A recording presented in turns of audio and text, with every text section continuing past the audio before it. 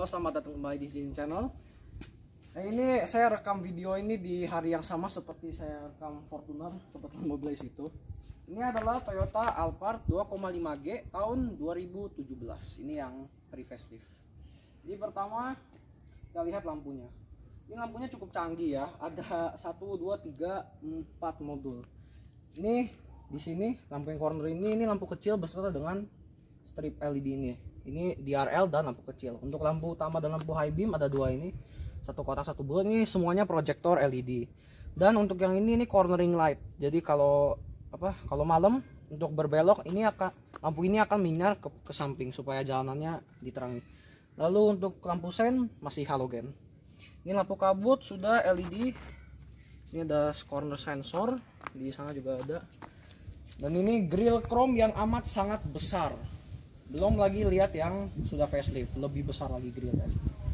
Jadi sekarang kita lihat ke ruang mesin dulu.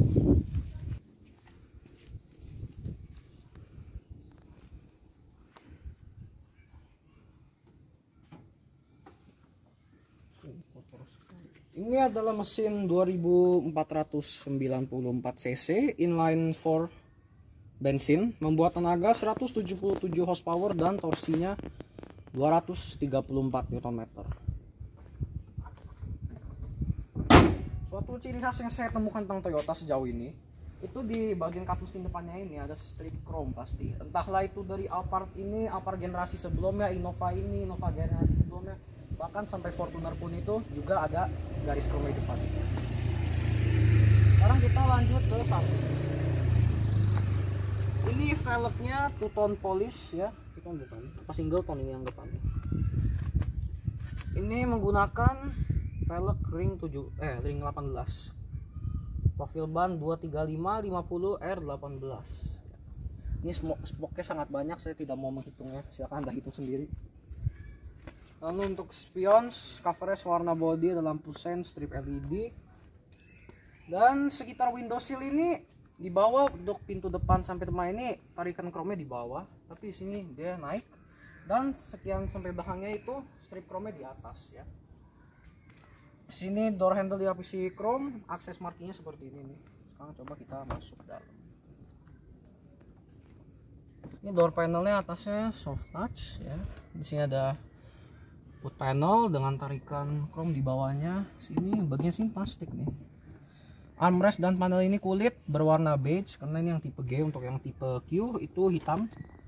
Untuk panel switches hitam gloss. Ini ada power window switch all auto. Dan untuk electric mirror dengan auto retract. Ini door handle-nya dilapisi chrome. Lalu di sini ada bottle holder, tempat penyimpanan terbuka, dan speaker di sekeliling dengan tarikan chrome. Oh ya, ini juga ada memory seat 3 slot nih ya. Untuk setnya. Ini kabinnya seperti ini. Layout setirnya untuk di kiri ada tombol-tombol untuk multimedia seperti volume, up, down, mode. Lalu di kanan untuk MID di instrument cluster. Sini ada kisi AC bisa dibuka tutup dan ada cup holder dengan slide begini. Dan covernya ada wood panel. Lalu ada tarikan chrome juga yang memanjang ke seluruh dashboard. Sini ada tombol untuk start stop karena lagi-lagi smart key, kuncinya seperti ini bentuknya. Sebentar. Depannya ada tombol lock, unlock untuk power sliding door kiri kanan dan bagasi emblem Toyota. Dan belakangnya ada tulisan Alphard. Ya, di sini ada 4 buah tombol dummy, luar biasa. Saya tidak tahu ini seharusnya untuk apa, tapi mungkin untuk market di luar. Ini untuk mematikan power sliding door, ada tempat penyimpanan tertutup. Dan ini kalau di Jepang ini untuk masukkan kartu untuk bayar tol elektronik. Tapi karena di Indonesia tidak ada yang namanya tol elektronik, ini cuman ya kosong lah. Sini ada bahkan tempat penyimpanan sekecil ini ada dilapisi bahan. Ya, ini dilapisi dengan bahan sejenis suede. Ya, namanya juga mobil mewah. Lalu di bawah ada tuas untuk kap mesin dan tangki bensin, transmisi matic, 2 pedal. Rem parkirnya elektris. Ya, ini setirnya dilapisi wood panel atas dan bawah. Dan sini ada tuas untuk cruise control. Sekarang coba kita nyalakan mesinnya dulu. Kursinya ini ada memory seat, dan ketika mesinnya dinyalakan ini akan otomatis maju. Ketika mesinnya dimatikan, kursinya akan mundur supaya untuk exit lebih mudah. Jadi pertama, sebentar, klaksonnya dulu. Seperti itu.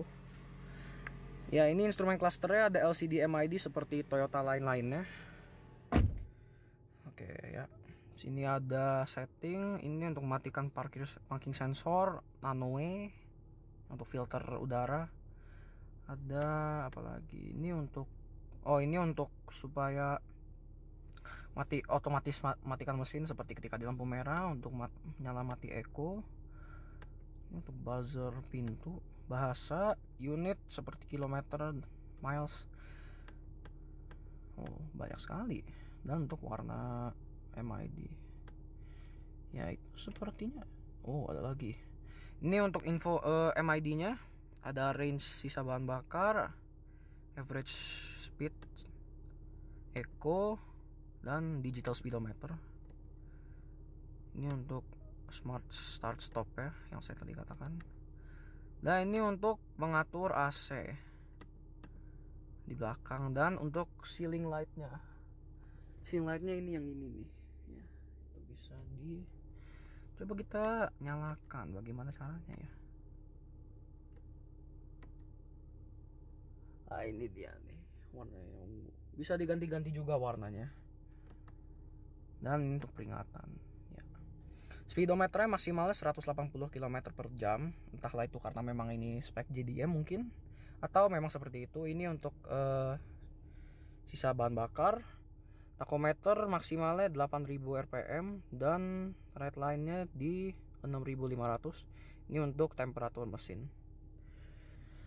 Untuk ban dashboard di atas ini, sebentar fokusnya. Ini soft touch ya, namanya juga mobil mewah. Ya. Ini di center konsolnya ada lapisan chrome nih di sekelilingnya. Ada kisi AC, ini bisa tidak bisa dibuka tutup, tapi yang di pinggir bisa. Sekarang infotainment sistemnya tidak jauh berbeda dengan Toyota lainnya. Ada aplikasi-aplikasi untuk settings. Medianya ada DVD, USB, aux, iPod, dan untuk SD card. Radio dan navigasinya ya seperti itulah. Lanjut ke bawah, sini ada tempat penyimpanan terbuka, tombol hazard, dan untuk AC, pengaturan AC-nya. Sabar. Ini AC-nya dual zone, tapi bisa dimatikan juga dual zone-nya tuh jadi single zone. Ini untuk mengatur temperatur sisi penumpang. Dan ini untuk sisi driver, front and rear defogger. Ini untuk rear AC, lalu modenya lengkap dengan front defogger juga untuk pengaturan fan speed. AC, sirkulasi udara, mematikan AC-nya, dan untuk auto. Ya. Dan ada jam digital sepertinya, tapi di mana ya? Ini dia, di jam digital. Pengaturannya dari sini nih ya. Lalu di center console ini ada wood panel ya. Dan di pinggir-pinggirnya itu dilapisi bahan ini soft touch ya, semacam soft touch berwarna beige juga. Ini ada tempat penyimpanan tertutup, dilapisi bahan beludru. Dan untuk tuas transmisinya masih sama seperti Toyota lainnya. Dan bahkan untuk mobil sebesar ini tetap disediakan tiptroniknya, mungkin untuk sport, tapi tidak ada mode sportnya di mobil ini ya, tapi bisa manual. Sini ada tempat penyimpanan kecil sekali ini dan terbuka ya, mungkin untuk menaruh barang-barang kecil seperti ini, kartu-kartu dan kunci. Di sini wood panelnya melanjut ke bawah. Sini ada tray. Ini tempat penyimpanan terbuka juga, tapi seperti ini doang ya, apa bisa ditaruh. Tapi ini mungkin untuk anti slip, supaya jika saya taruh sini ya, ngebut itu dia nggak bakal mondar mandir seperti itu. Ini ada cup holder 2 buah, ada covernya juga. Dan di sini ada center console boxnya, itu bisa dibuka dari dua sisi, dari sisi driver dan sisi penumpang. Ini hanya satu tingkat ya sepertinya, tapi cukup besar, dalam juga. Sini tidak kelihatan ya, ada untuk soket dan dua buah tombol dummy ya. Mari kita ke atas. Sini ada service dengan card holder dan vanity mirror dengan lampu halogen berwarna kuning. Hand grip model retract. Dan di sini ada sunroof manual bukannya ya. Bisa plafonnya ini nylon, oh bukan, ini semacam kain ya. Lalu panel atas ini ada tombol-tombol untuk lampu baca. Nah ini, oh ini lampu kabin. Ini lampu bacanya ini langsung nyala. Kalau lampu kabinnya perlahan-lahan. Ini untuk pintu jika pintu terbuka. Lalu untuk power sliding door, ini untuk sunroof, ini untuk bagasi. Coba kita buka sunroofnya ya. Harus ditahan. Ya.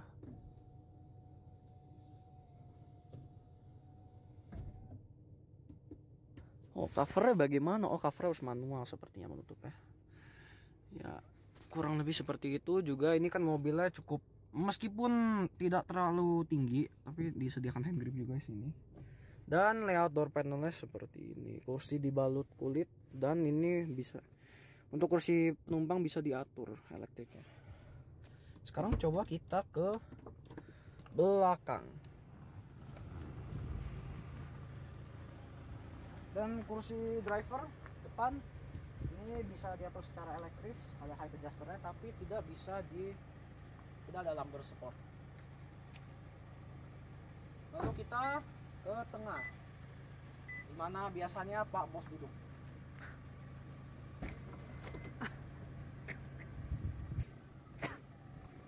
Sini ada hand grip yang sangat tinggi, jadi jika anak kecil mau masuk ya, lo bisa.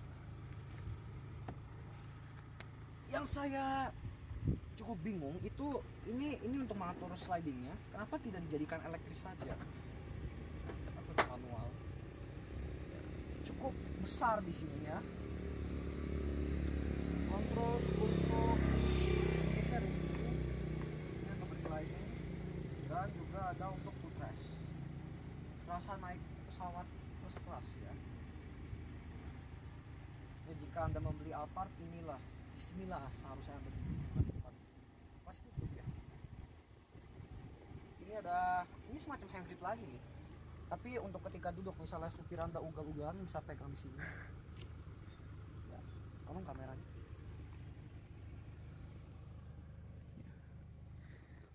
Jadi seperti ini rasanya. Di sini ada seat back pocket.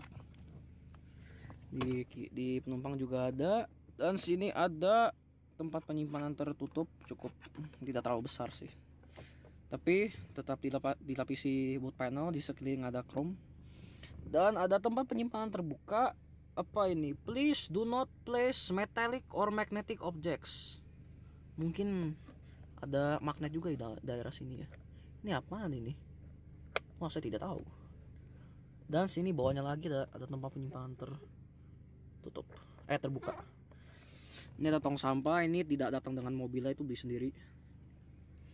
Dan di atas ini ada infotainment system juga, rear seat entertainment system.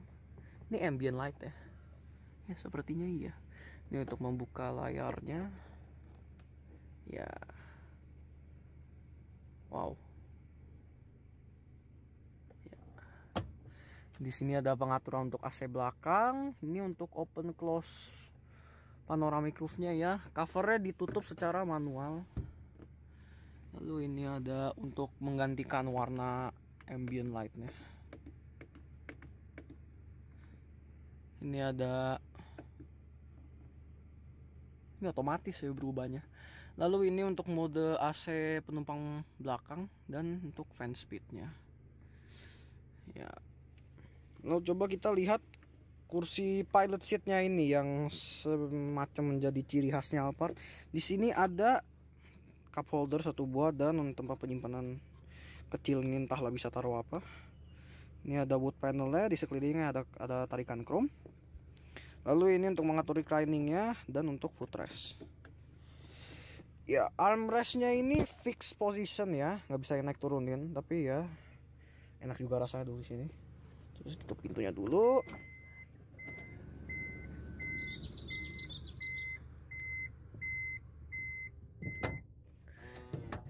Sini ada tirai. Ini untuk tuas buka pintunya ada lapis chrome. Ini untuk power windownya full auto ya. Sini ada lapisan kulit, wood panel, tarikan garis chrome. Ya. Dan untuk headrestnya ini ada bantalan sampingnya, jadi kalau tidur palanya nggak terbang kemana-mana gitu. Ya, tidak ada yang menarik lagi karena kursinya sangat lebar. Pilot seat seperti ini hanya untuk pass through. Tapi ada juga ini tray ya. Ini ada 4 buah cup holder dan di sini bisa taruh makanan ya misalnya. Tapi ini wood panel jadi bisa slip. Ini ada agak hook juga di sini. Ini cara nutupinnya gimana? Oh, di bawah ini ada tuas untuk menurunkannya. Ya, sekarang coba kita ke paling belakang. Itu ada cup holder dan speaker. Oh, dan di sini AC-nya, ventilasi AC-nya, dan ada juga lampu baca lah ya. Lalu ambient lightingnya ini mengingatkan saya pada Hyundai H1 ya. Sekarang coba kita ke paling belakang. Ini pintunya sangat besar, makanya power operated. Karena kalau harus pakai otot sangat melelahkan. Untuk rem, cakram depan belakang. Lalu kita lampu belakangnya dulu. Lampu malamnya ini kalau DRL nyala, lampunya tidak aku nyala. Ini nyala cuma ketika mengerem. Ini tapi juga sebagai lampu malam, LED strip, lampu stopnya LED titik-titik, dan lampu sen dan lampu mundur masih halogen. Ada emblem tipenya G, emblem Toyota yang amat sangat besar. Dan untuk grip yang untuk buka bagasi ada lapisan chrome yang sangat melebar. Ada emblem Alphard. Ya, wipernya tersembunyi di atas sini. Ini ciri yang dimiliki sejak Alphard generasi kedua yang tahun 2010-an. Dan juga rear defogger, high mount stop lamp, sangat lengkap. Bagasinya tentu saja power operated, nah tidak membuka. Apakah manual? Wow. Iya, manual loh. Oh enggak, ini bisa di... Kok nggak mau buka tadi ya? Dia tutup doang gitu. Oh, luar biasa. Pintunya sangat besar dan sangat berat, tapi tidak dikasih elektrisnya untuk membuka, hanya untuk ditutup. Kayaknya seharusnya sebaliknya ya. Nah, ini jika barisan ketiganya diangkat, bagasinya luar biasa besar ya. Kalau Anda mungkin punya duit sangat banyak sehingga bisa beli Alphard, ada dua misalnya, satu bisa digunakan untuk mobil kargo. Ini sangat-sangat cocok, sangat besar. Muat sepeda 4 juga bisa ini, muat mattress bisa, muat kasur bisa. Ini sangat besar. Apalagi kalau Anda cabut kursi barisan tengahnya, luar biasa ini besar kargo spesial. Sekarang kita coba turunin kursi barisan belakang ya supaya kita bisa lihat. Ya, ini istimewa nih untuk gantungnya. Ya, jadi kalau diturunin kursinya itu otomatis ininya ikutan gitu. Ya. Jadi nggak perlu repot-repot two step proses. Ya, ini kita angkat. Ya, ini dan mobilnya saking besarnya saya juga bisa masuk dari bagasi ini ya. Baris ketiganya ini mungkin tidak semewah barisan tengahnya. Ini untuk mengatur reclining dari sini nih. Ini juga bisa dijadikan armrest, ada cup holder, tempat penyimpanan terbuka. Bahkan barisan ketiga juga dapat tirai, hand grip, dan ada hooknya juga. Ini untuk AC, lampu baca, ambient lightnya sampai barisan ketiga dapat ini. Lalu ada armrest juga, yang ini bisa diturunin, bisa dinaikin karena kan juga kursinya bisa dilipat. Dan ya kurang lebih seperti itulah. Ini kursinya di rel paling belakang bukan? Oh bukan, masih ada sisa. Ini masih bisa jauh banget di relnya. Tapi ya kurang lebih seperti itu, tidak ada istimewa juga kursi ini. Ya sekarang saya bisa keluar lagi dari belakang karena sangat besar.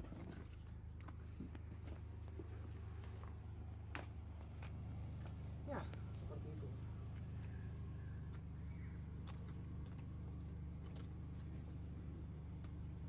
Proses melipat kembali kursinya Jadi untuk melipat atas kembali tarik tadi